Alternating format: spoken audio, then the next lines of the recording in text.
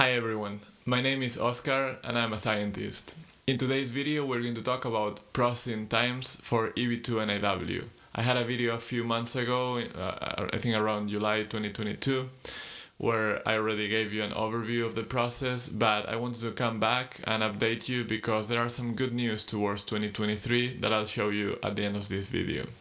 But first, let's take a look at the steps involved in your green card process. So everyone that applies for an EB2 NIW will take about 6 months to a few years of time. And that involves different steps, different parts of the process, and each part will take some time. And as I said it is variable. It will depend on a few factors that we will see throughout this presentation. Everyone will have to do an I-140 submission. The I-140 part of the process is where you tell the USCIS officer why you fulfill the requirements for EB2 and specifically for NIW, National Interest Waiver. I have a video that you can watch showing what are those requirements and how you can fulfill them. I'll leave a link here. After you are done with the I-140, you'll have to do an adjustment of status or consular processing. Adjustment of status if you are in the United States and consular processing if you are abroad. So this is in a very, very high level the number of steps that everyone will follow in one way or the other. So for the I-140, there will be some time that you will need to prepare your case. As I said, that's the core part of the whole green card process. And after you submit your package, then you will have to wait, and that's what we call the processing time, the time that the US government will take to reply, to tell you yes or no. And then finally you'll have to do that final portion, which is the adjustment of status or consular processing, and that will be mostly processing time. Finally, if everything goes well, you will get your very desired green card. So let's continue. Let's break this down into the different steps. So I-140 case preparation time.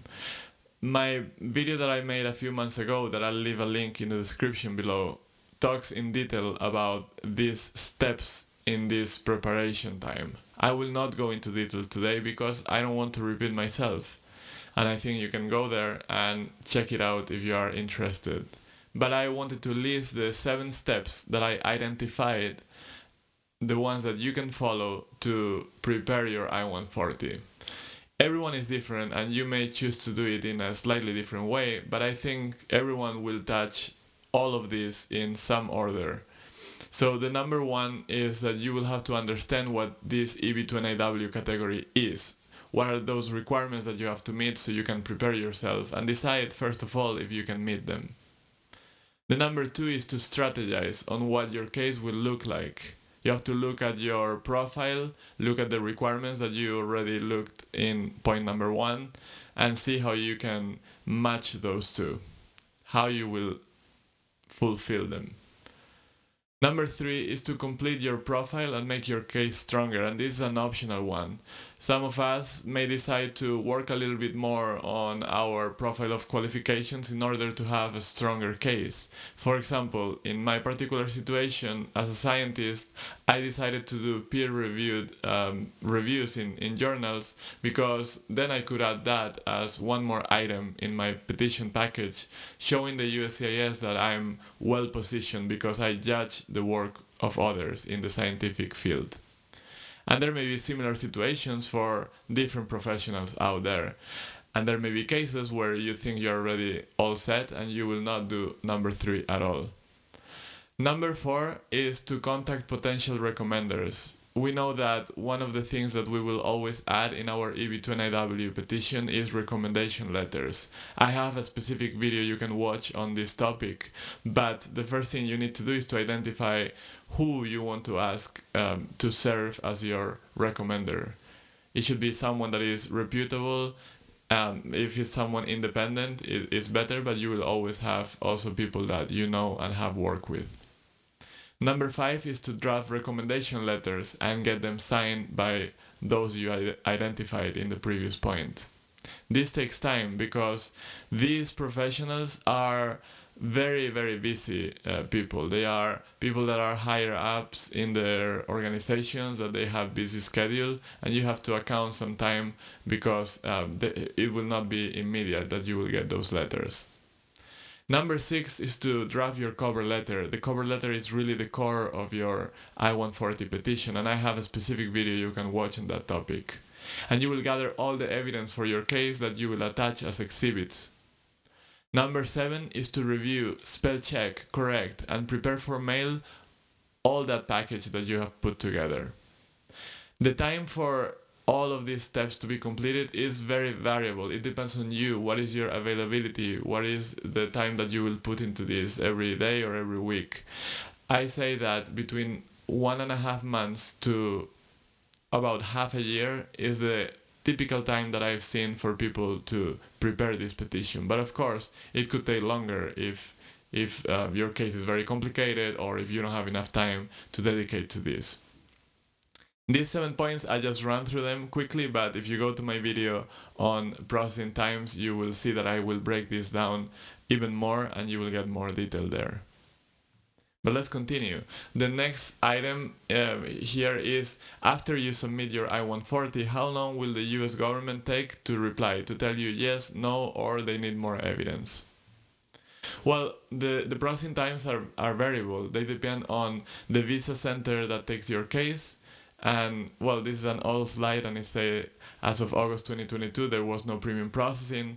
It is true, now the premium processing is still being implemented for EB2 NIW. Hopefully when you watch this video a few months from now, it will be available to everyone. But what it means is that everyone right now needs to submit to Texas.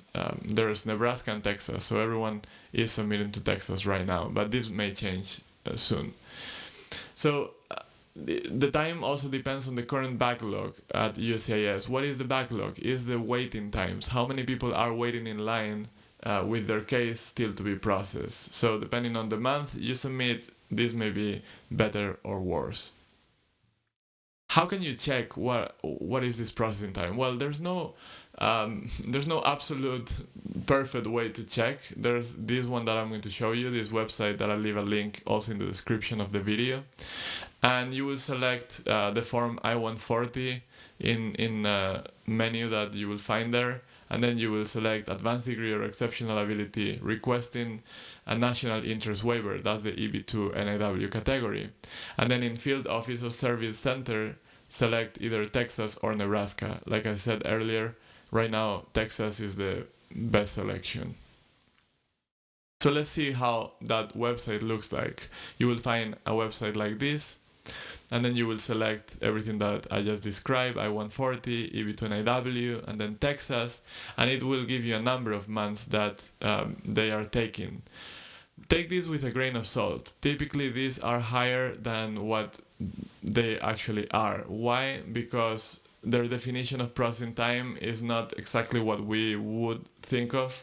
They define this number of months as the amount of time it took them to complete 80% of the adjudicated cases over the last 6 months. So you see that, first of all, it's over the last 6 months, so it's a number that takes quite a bit of time to get updated, and then it's 80% of the cases. So keep in mind that this is an estimate, that once USCIS reviews your petition, you will be able to track the status of your particular case, and that's what really matters. At the end of this video, I'll show you what are the current processing times for the fiscal year 2023 that just started in October. So after you submit your I-140, then you'll have to do either an adjustment of status if you live in the United States, or you'll do consular processing if you live abroad elsewhere. So I'm going to focus on the I-485, which is the adjustment of status. For consular processing, the processing times are going to be really dependent on the country you are based on. You could contact the embassy or consulate and see if they can give you any hint on how long they are taking. But some things are common between the adjustment of status or consular processing, because first of all, something specific for the adjustment of status is that there are multiple centers that will deal with this type of applications. You will submit your adjustment of status to a centralized location, but then depending on where you reside in the US, your case will be forwarded to the appropriate center that is close to you. In my case, for example, I was living in Massachusetts, so my case went to the Boston center. To check estimated processing times, you can use the same website we just saw earlier for I-140. So the only difference is that you will select I-485 and then employment-based adjustment applications. And this is how the screenshot of that website looks, and you'll get a similar number. And again, keep in mind that this is an estimate, and this is 80% of the cases are completed within that number of months in the past 6 months.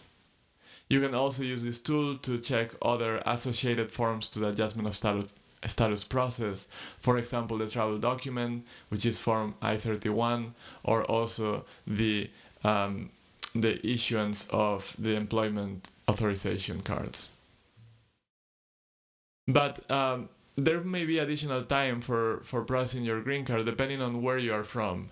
And that's where we talk about priority days and backlogs, because there are a limited number of green cards available each year. That's the system that the United States use for immigration purposes. There is a cap per country, 7% of the total, which creates backlogs in certain very populated countries that generate a lot of applicants. For example, China and India, they have traditionally very long wait times. So the country of origin for USCIS is not nationality, it's the country of birth. Some people have different citizenship and where they were actually born, so what it matters is where you were born.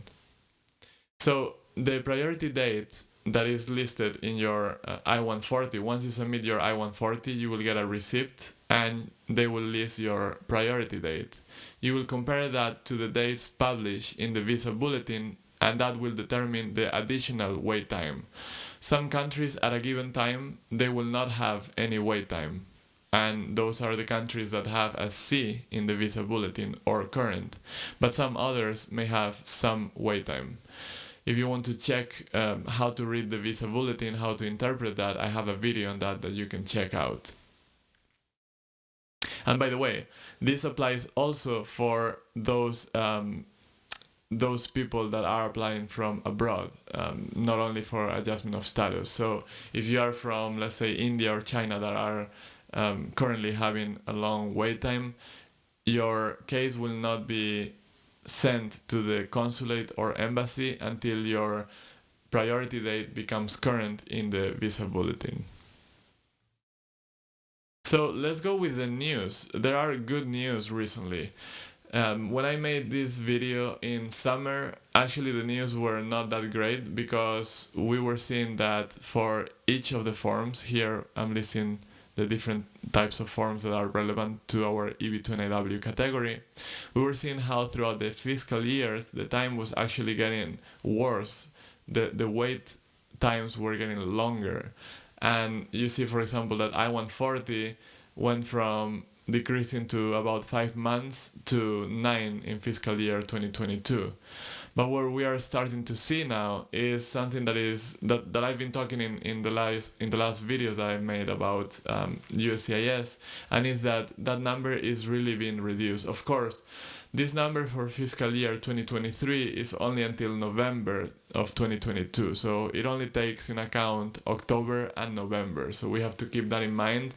So there's a little big asterisk there, but I think without a doubt we are seeing a change of trend here.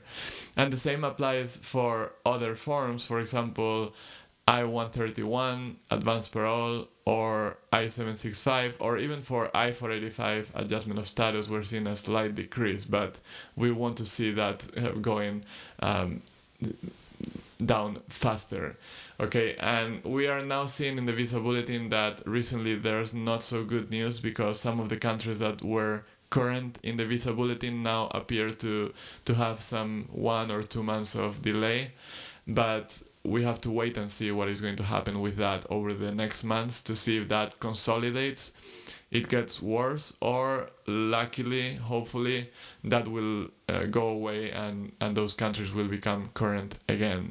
My recommendation, if you are trying to put together your do-it-yourself application, is that you kind of hurry up. I mean, you have to really put together a good petition, but hurry up and submit your I-140, because when you submit your I-140, you put yourself in the line, in these lines of people, in these backlogs. And that guarantees that you're already there in the system waiting and you have your spot in the queue. Okay, so good news from this point of view. We'll monitor these numbers, and by the way, these are official numbers that you can check out in this website that I will also leave in the description below, so you can access official.gov kind of website and check the numbers there. All right, and I think that's pretty much everything. The conclusion is that the green card process, and I do apologize because I realized I was covering the little diagram that I have above, but the EB2 NIW process can take from a few months to several years, and that depends on how your case is, how complex it is, how long it takes to prepare it, how much time you can put in this process, and how early you can submit. Then the exact moment of filing, because those lines of people that are constantly moving will change over time. You will get a good moment, or you will get a moment with more backlogs. And then of course the country of origin of the petitioner, where you were born, because people born in China and India, for example, will wait more than others because of that United States system of immigration that has a cap of 7% of the green cards for each of the countries, no matter what the population is in the country. So obviously smaller countries will have shorter lines. That's it from me. Just one more thing, please always consider to visit my website EB2NIW.info, because you can find a lot more information there. You can download my successful petition, my I-140, also my adjustment of status, so you can really get a good feeling and understanding of what does a real case look like. Okay, and then you can go and make your own case in the best way possible. So I'll see you in the next video. If you like this one, please share it, like it, subscribe to my channel, and good luck in your EB2 NIW do-it-yourself preparation.